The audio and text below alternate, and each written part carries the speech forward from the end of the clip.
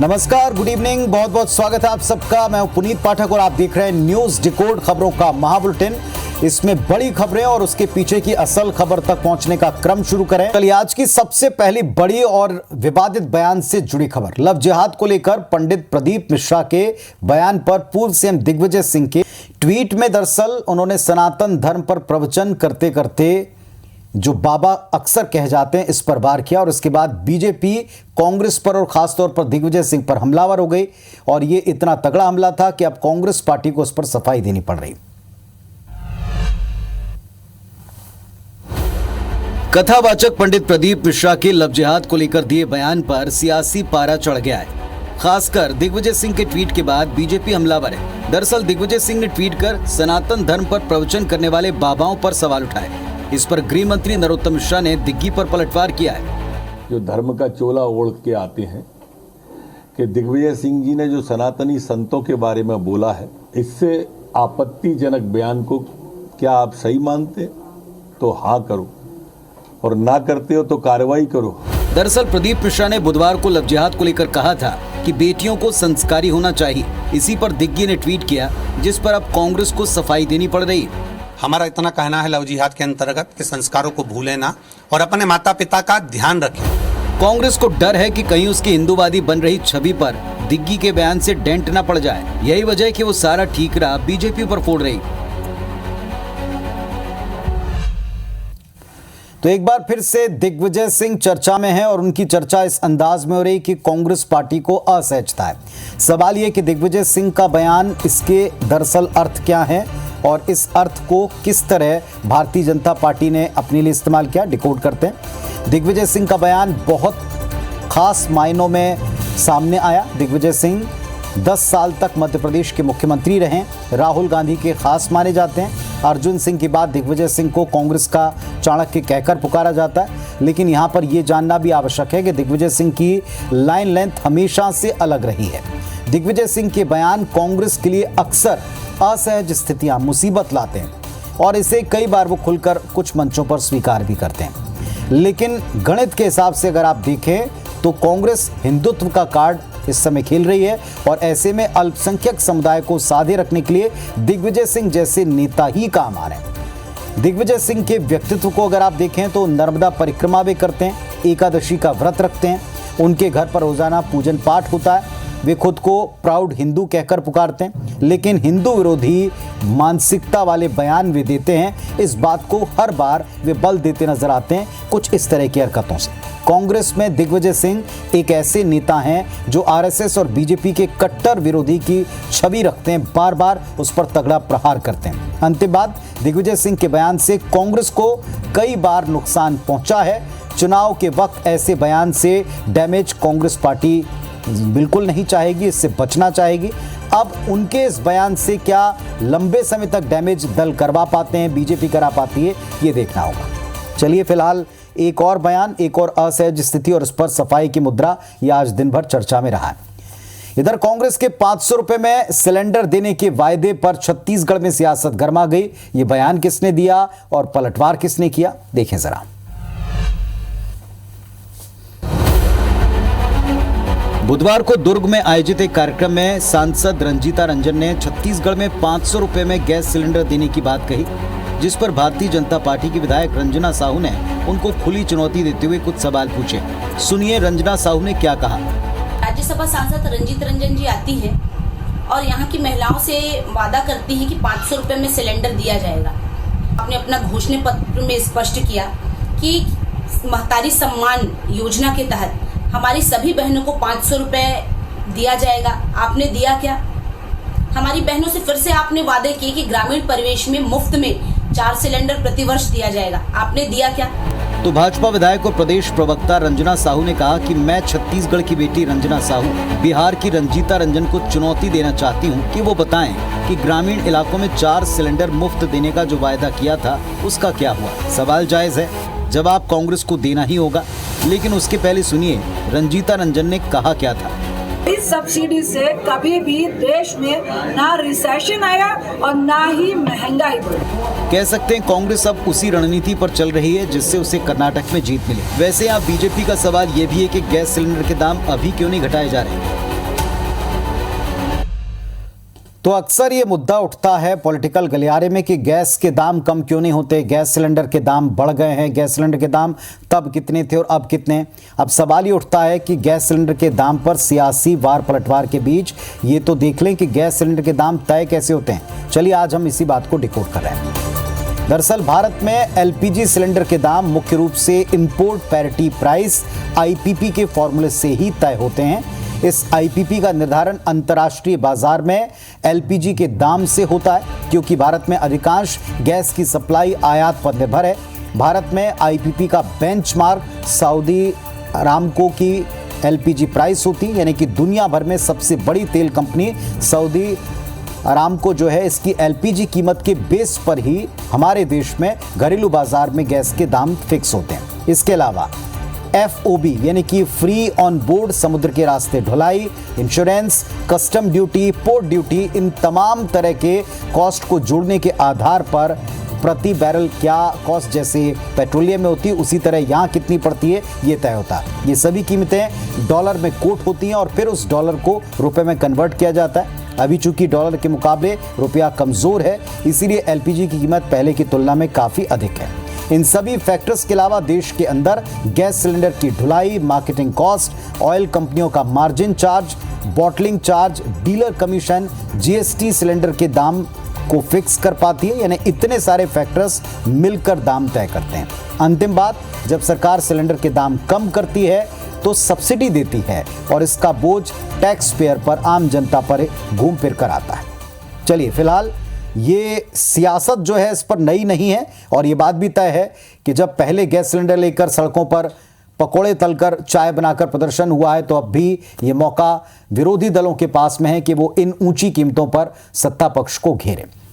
मुख्यमंत्री भूपेश बघेल ने भारतीय जनता पार्टी के प्रदेश प्रभारी ओम माथुर पर हमला बोला और तंज कसते हुए कहा कि ओम माथुर ने रमन सिंह को नेपथ्य में ढकेल दिया। इस तरह का अपमान उनको नहीं करना चाहिए, ये कहकर चुटकी भी ली। मुख्यमंत्री ने कहा कि बीजेपी के पास छत्तीसगढ़ में कोई चेहरा नहीं बचा है, यानी फिर चेहरे पर पॉलिटिक्स दिखी। देखिए, ओम माथुर जी अपनी चिंता करें, कितने प्रभारी बदल चुके और अपनी इज्जत बचाने में लगे। देखिए अब रमन सिंह का कहीं सोशल मीडिया में कहीं आ ही नहीं रहा है, उसको बिल्कुल बेचारे को नेपथ्य में ढकेल दिए हैं। ओम माथुर जी इतना अन्याय ना करे रमन सिंह जी के ऊपर, ये उचित नहीं है। तो मुख्यमंत्री भूपेश बघेल के इस बयान को आपने सुना, इस पर बीजेपी ने अपने अंदाज में पलटवार किया, कहा हमारी चिंता ना करें। पर सवाल यह है कि उनके इस आरोप में और इसके पीछे जो वो तथ्य कहना चाहते हैं इसमें कितना दम है, इस बात को हम डिकोड कर रहे हैं। मुख्यमंत्री भूपेश बघेल यहां पर जो कुछ भी कह रहे हैं वो इस वक्त की स्थिति दिखाई पड़ रही है भारतीय जनता पार्टी की। असल में इस वक्त बीजेपी के पास कोई चेहरा नहीं दिखाई पड़ता, कम से कम सामने तो नहीं है। बीजेपी केंद्र सरकार की योजनाओं और मोदी जी के चेहरे पर चुनाव लड़ने की तैयारी कर रही है, बार बार इस बात को खुलकर कहती है। इसकी एक ठोस वजह भी, सीएम रमन सिंह 15 साल तक छत्तीसगढ़ में सत्ता के शीर्ष पर रहे, मुखिया रहे सरकार के, और पिछले चुनाव में बीजेपी का वही फेस थे। लेकिन जनता ने जिस तरह भारतीय जनता पार्टी को नकारा, खारिज किया, उससे बीजेपी की टॉप लीडरशिप को लगता है कि रमन सिंह के चेहरे के भरोसे अब की बार चुनाव नहीं लड़ा जा सकता। एंटी इनकम्बेंसी का गुस्सा उनके चेहरे की तरफ पार्टी को नुकसान दे सकता है। बीजेपी के शीर्ष नेतृत्व को शायद लगता होगा कि रमन सिंह को जनता अब स्वीकार यहां नहीं करेगी, और बीजेपी शीर्ष नेतृत्व ये तय कर चुका है कि यहाँ काफ़ी नए चेहरों को आगे लाना है, मौका देना है। जब नए चेहरे आएंगे तो स्वाभाविक है कि पुराने चेहरे थोड़ा साइड होंगे और तभी उनकी जगह नए चेहरे आगे लाए जाएंगे। लेकिन क्या वाकई में किसी चेहरे को नेपथ्य में डालने जैसी बात है? ये बात केवल पॉलिटिकल दबाव के लिए है या इसमें हकीकत है, ये बीजेपी से बेहतर कौन समझेगा। अगली खबर मध्य प्रदेश से, जहां कमलनाथ ने अब अपने चुनाव प्रचार की शुरुआत कर दी है। वैसे जबलपुर में प्रियंका गांधी की सभा के साथ प्रचार का शंखनाद तो हो ही चुका, लेकिन अब भी एग्रेसिव मोड में कांग्रेस इसे आगे ले जाएगी। मध्य प्रदेश में कांग्रेस ने कमलनाथ संदेश यात्रा की शुरुआत कर दी है। पीसीसी मुख्यालय में आयोजित कार्यक्रम में पूर्व सीएम कमलनाथ ने हरी झंडी दिखाकर संदेश यात्रा को रवाना किया। इस दौरान जेडीयू की दिवंगत नेता शरद यादव की बेटी सुभाषिनी यादव भी मौजूद रहीं। पहले चरण के तहत कमलनाथ संदेश यात्रा प्रदेश के 10 जिलों की 25 विधानसभाओं में निकलेगी। दामोदर यादव को बधाई देता हूँ। उन्होंने यात्रा के बारे में सोचा, अब उसका क्रियान्वयन कर रहे हैं। अनेक ऐसी योजनाएं हैं जो समाज के पक्ष में है, उसका संदेश पहुंचाने का कार्य ये यात्रा करेगी। वहीं कमलनाथ कांग्रेस नगर और ग्राम रक्षा समिति के प्रांतीय सम्मेलन में भी शामिल हुए। इस दौरान उन्होंने 15 महीनों की अपनी सरकार का कार्यकाल याद दिलाया। कहा कि इस दौरान कांग्रेस ने अपनी नीति और नियत का परिचय दिया। सौदे से सरकार गई, मैं भी सौदा पर मैं पहचान मध्य प्रदेश की सौदे की राजनीति से नहीं बनाना चाहता था। अपने संबोधन में कमलनाथ ने सीएम शिवराज सिंह चौहान और बीजेपी पर जमकर निशाना भी साधा। चलिए, तो कांग्रेस पार्टी ने तय किया है कि उनके 15 महीने के एक एक काम को जनता को याद दिलाएं और 3 टर्म की बीजेपी की सरकार, बल्कि अब तो ये 4 टर्म हो गए, इनके सरकार के नाकामियों को, घोटालों को जिस अंदाज में प्रियंका गांधी ने जबलपुर में रखा था, उनको जनता के बीच में पहुंचाएं और इसीलिए ये यात्राएं शुरू की गई।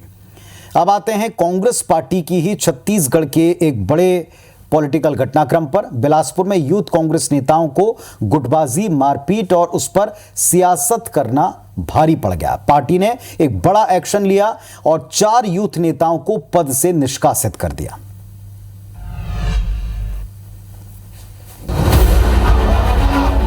इस हद को देखिए, ये कांग्रेस का वो एक्शन है जिसकी उम्मीद किसी को नहीं रही होगी।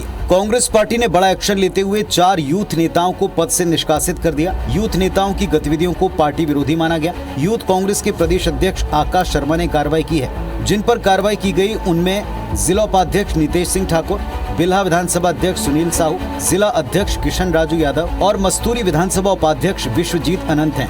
दरअसल बीते 2 जून को सिविल लाइन थाना क्षेत्र के मैग्नेटो मॉल के सामने यूथ कांग्रेस नेता विधानसभा उपाध्यक्ष विश्वजीत अनंत पर जानलेवा हमला हुआ। हमलावरों की भीड़ ने विश्वजीत पर रॉड, डंडे और स्टिक से ताबड़तोड़ वार की। इसके बाद गंभीर हालत में विश्वजीत को निजी अस्पताल में भर्ती किया गया।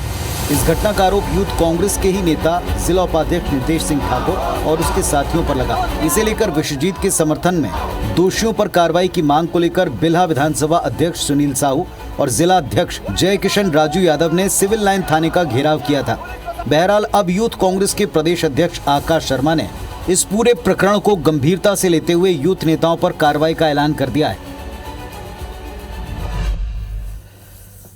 तो अक्सर कांग्रेस पार्टी के बारे में कहा जाता है कि निर्णय लेने में देरी कांग्रेस पार्टी को पिछाड़ती या पीछे करती आई है और इससे उसे काफ़ी बार नुकसान उठाना पड़ा। लेकिन अब की बार कांग्रेस पार्टी प्रदेश में, कम से कम छत्तीसगढ़ में, ऐसा कोई मैसेज देना नहीं चाहती और एक मैसेज देना चाहती कि अगर करेंगे तो फिर फौरन आप भुगतेंगे। खबर आपने देख ली। सवाल ये कि इस तरह की नौबत बनी क्यों, इसको भी ज़रा डिकोड कर लें।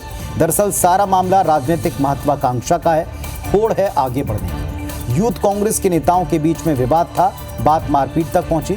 यूथ कांग्रेस में दरार की स्थिति साफ साफ देखी, कही, बताई और जताई गई। बहरहाल यूथ कांग्रेस नेताओं को निलंबित कर दिया है, पद से हटा दिया है और इसीलिए किया ताकि बाकी के यूथ को ये एक मैसेज जाए कि अनुशासनहीनता अब पार्टी में बर्दाश्त नहीं होगी। लेकिन यहाँ ये जानना जरूरी है कि चुनाव का वक्त है और ऐसे में यूथ कांग्रेस के नेताओं का इस तरह आपस में भिड़ना, विवाद करना किसी भी नजरिए से कांग्रेस पार्टी के हित में कतई नहीं है, क्योंकि सत्ता में कांग्रेस ही है और उसे सत्ता में अगर लौटना है तो एकजुटता और अपने यूथ का अनुशासित दिखाना जरूरी है। पार्टी के नेतृत्व को यूथ कांग्रेस कार्यकर्ताओं के मतभेद को मिटाने के लिए सतत प्रयास की आवश्यकता ये भी नजर आ गया। अंतिम बात, यूथ कांग्रेस नेताओं का निलंबन महज कुछ दिनों का, 1-2 महीने का होगा, क्योंकि चुनाव है और आने वाले वक्त में बहुत सख्ती से यूथ के एक तबके को नाराज पार्टी नहीं करेगी। लेकिन यहाँ ये कार्रवाई वक्त पर जो हुई है काफ़ी अहम मानी जा रही। चलिए, अगली जिस तरह की पॉलिटिकल खबरों की हम चर्चा कर रहे हैं, इसमें बड़ी खबरों के बीच में एक और महत्वपूर्ण खबर हमको मिली और ये खबर पाटन से मिली। गुरुवार को सतनाम समाज का शपथ ग्रहण समारोह था। समारोह में मुख्यमंत्री भूपेश बघेल पहुंचे और इस दौरान मुख्यमंत्री भूपेश बघेल ने एक बड़ी घोषणा की। उन्होंने ऐलान किया कि प्रदेश के सभी ब्लॉक्स में जैत खाम बनेंगे। मैंने उसकी घोषणा की, सभी ब्लॉक में बढ़िया एक जैत खाम बने, सुंदर।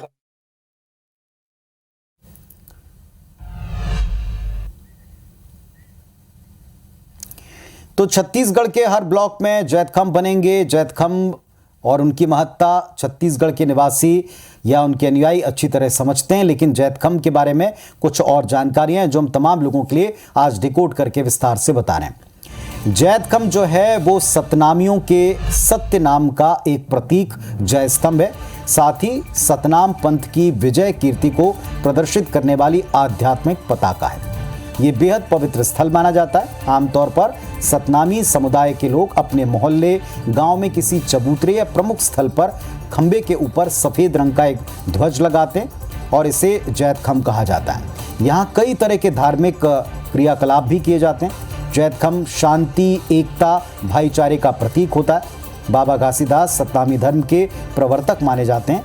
बाबा घासीदास ने जाति, धर्म, सामाजिक आर्थिक विषमता और शोषण को समाप्त कर आपसी सद्भावना और प्रेम का संदेश दिया था और छत्तीसगढ़ में इस वर्ग का, सतनामी समुदाय का बहुत ही महत्व है, राजनीतिक तौर पर भी, चुनावी दृष्टि से भी और सामाजिक दृष्टि से भी। इसीलिए इस तरह के जैतखाम की घोषणा करके एक बहुत बड़े वर्ग की मांग या आस्था को आगे बढ़ाने का काम सरकार करना चाहती है। इधर मध्य प्रदेश में चुनावी साल के दौरान बीजेपी में सब कुछ ठीक नहीं लगता। ग्वालियर चंबल में सिंधिया गुट को लेकर बीजेपी में सर्वाधिक नाराजगी है, चाहे लाख छिपाएं। वहीं कांग्रेस बीजेपी की अंतर्कलह पर माइलेज लेने की कोशिश लगातार कर रही। चुनावी साल में बीजेपी सरकार हर तबके को साधने की कवायद में जुटी है, लेकिन जमीनी कार्यकर्ताओं की नाराजगी उसकी मुश्किलें बढ़ा रही हैं। ऐसे में रूठों को मनाने की कोशिश तेज हो गई, खासकर ऐसे नेताओं और कार्यकर्ताओं को जो सिंधिया समर्थकों के चलते खुद को उपेक्षित महसूस कर रहे हैं। बीजेपी की सबसे खराब हालत ग्वालियर चंबल में है। भारतीय जनता पार्टी में प्रत्येक कार्यकर्ता अपना एनालिसिस करता है। यही भारतीय जनता पार्टी की ताकत है कि अपनी कमजोरियों पर नजर रखना, उस पर काम करना और जो मजबूत पक्ष है उसको दोबारा से दोहराना। इस चुनौती से निपटने के लिए आलाकमान के निर्देश पर दिग्गजों ने प्रभार के क्षेत्रों में दौरा शुरू कर दिया। इस दौरान उन्होंने स्थानीय कार्यकर्ताओं के गुस्से को भी झेला। हालांकि कांग्रेस का दावा है कि बीजेपी में महाराजा गुट, शिवराज गुट और नाराज गुट का फायदा कांग्रेस को मिलेगा। नाराज भाजपा, शिवराज भाजपा, महाराज भाजपा आपस में सर फुटबॉल के हालात, कोऑर्डिनेशन नहीं कर पाए। फिलहाल चुनाव में 5 महीने का वक्त बचा है। ऐसे में कार्यकर्ताओं से लेकर बड़े नेताओं तक की दोनों दलों में पैराशूट लैंडिंग की खबरें भी तेज हो रही हैं। तो जैसा हमने कहा, लाख छुपाएं, लेकिन ग्वालियर चंबल में भारतीय जनता पार्टी में एक अंतर्द्वंद्व के हालात तो हैं, जिसको संभालने का पूरा प्रयास हो रहा है। ये क्यों और कैसे हैं, इस बात को डिकोड कर रहे हैं। दरअसल जब कोई बड़ा लीडर अपने समर्थकों के साथ किसी दल का हिस्सा बनता है तो पार्टी के मूल काडर में एक असुरक्षा की भावना आती है, इनसिक्योरिटी बढ़ती है, क्योंकि अवसर घटेंगे, ये बात सब समझते हैं। सब में बंटने की वजह से उनका चांस जा सकता है। मूल काडर को इस बात का डर होता है कि उन्हें अब वो सम्मान शायद ना मिले या अधिकार ना मिले या मौका ना मिले जिसके वो हकदार हैं। सवाल टिकट का भी होता है। पार्टी में शामिल हुआ नेता अपने समर्थकों के लिए टिकट मांगता है। बीते उपचुनाव और उसमें टिकट वितरण सबको याद है। दूसरी बात, कल तक जिस नेता की आप मुखालफत करते थे, जिसके खिलाफ लड़ा करते थे, अचानक से अब उनके पीछे खड़ा होना पड़ रहा है और ये बात मूल काडर को खटकती है। ग्वालियर चंबल में बीजेपी के कार्यकर्ताओं के साथ, मूल कार्यकर्ताओं के साथ कुछ ऐसा ही है। सिंधिया का एक अलग जलवा है। यहाँ ग्वालियर चंबल में भारतीय जनता पार्टी के मूल काडर को ये सारी बातें खटक रही हैं कि एक बड़ा नाम, उनके समर्थकों की बड़ी फौज और उनके लिए पार्टी का रुख।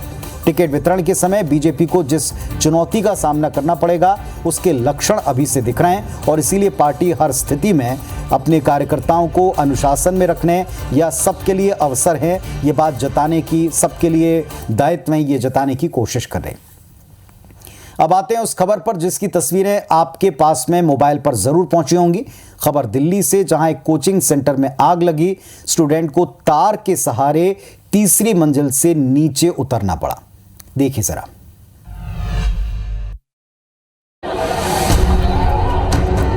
कंधे पर बैग और जान बचाने के लिए तार के सहारे तीसरी मंजिल से उतरते बच्चे और इन बच्चों का वीडियो बनाते लोग। ये तस्वीरें दिल्ली के मुखर्जी नगर इलाके की संस्कृति कोचिंग सेंटर की हैं, जहां गुरुवार दोपहर 12 बजे आग लग गई। इससे वहां मौजूद स्टूडेंट्स में अफरा तफरी मच गई। जान बचाने के लिए छात्र बिल्डिंग की तीसरी मंजिल से तार के सहारे नीचे उतरते दिखे। कुछ ने खिड़कियों और बालकनी से कूदकर जान बचाई। ये देखिए 12:27 पे करीब हमें कॉल मिली थी कि एक बिल्डिंग में आ गए। उसके बाद उन्होंने बताया कि इसमें कोचिंग सेंटर था और कुछ बच्चे फंसे हुए हैं। हमने टोटल 11 गाड़ी मोबिलाइज की थी, जिसमें कि ब्रांटो जो स्काई लिफ्ट होता है ऊपर जो हाइट के लिए यूज़ किया था उसको भी 2 वो भी भेजे थे, क्योंकि बच्चों का मामला था। आग पे पूरा काबू पा लिया गया। आग बहुत छोटी थी, बिजली मीटर में एक आग लगी थी, उसकी वजह से धुआं ज़्यादा था। यह हादसा बत्रा सिनेमा के पास ज्ञाना बिल्डिंग में हुआ। इसमें 4 स्टूडेंट्स घायल हुए हैं। यह आग एसी में शॉर्ट सर्किट की वजह से लगना बताया गया। सोशल मीडिया पर हादसे के वीडियो वायरल हैं। मुखर्जी नगर इलाके में स्टूडेंट्स प्रतियोगी परीक्षाओं के साथ साथ सिविल सेवाओं की तैयारी भी करते हैं। जिस सेंटर में आग लगी वहां 200 से ज्यादा स्टूडेंट मौजूद थे। साथ ही वहां फायर एग्जिट नहीं था और इस वजह से स्टूडेंट को खिड़की से कूदकर जान बचानी पड़ी। ये तस्वीरें दिल्ली के हैं और आप तक और पूरे देश तक पहुंची हैं, लेकिन ये तस्वीरें आप तक पहुंचाना इसलिए ज़रूरी है कि आपके हमारे बच्चे जिन कोचिंग सेंटर्स में जा रहे हैं उनमें हम पढ़ाई के स्तर को देखते हैं, लेकिन क्या वहां आग से बचाव के उपाय हैं ये देखना भी बहुत ज़रूरी है। क्योंकि जब भी कभी भले छोटी घटना हो, बच्चों की जान पर बनाए, ऐसे हादसे गंभीर और बड़े हो सकते हैं। इसके एक नहीं कई उदाहरण न केवल दिल्ली में बल्कि देश भर में। अपना और परिवार का अच्छे से ख्याल रखें। नमस्कार, शुभ रात्रि।